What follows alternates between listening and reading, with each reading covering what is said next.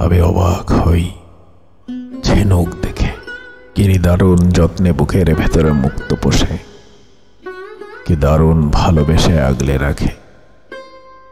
আমি অবাক হই ডাহুক পাখির কান্না দেখে, সঙ্গী হারানোর ব্যথা নিয়ে আত্মচিৎকারে ভারী হয়ে ওঠে রাতের আকাশ।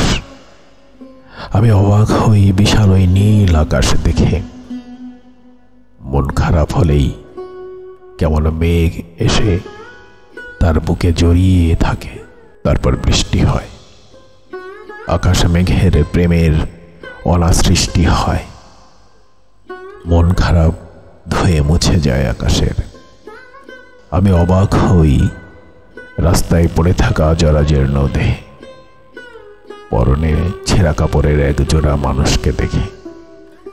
লোকে তাদের পাগল বলে, অথচ পাগলও বোঝে সঙ্গের মর্ম। কি নিদারুণ যত্নে পাশাপাশি কাছাকাছি থাকে দুজনে। তবে মানুষ কেন ঝিনুকের মতো যত্নে রাখে না? কেন মুক্তর মতো করে আগলে রাখে না? কেন অভিমানে হারিয়ে গেলে ডাহুক পাখির মতো শোকে স্তব্ধ হয়ে যায় না? আকাশের মতো বিশালতা নিয়েও কেন মেঘের মতো ভালোবাসে না?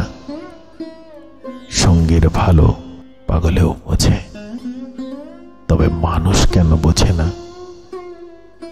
মানুষ কি নদীর মতো? নদী একুল ভাঙলে ওই কুলে আশ্রয় নেয়।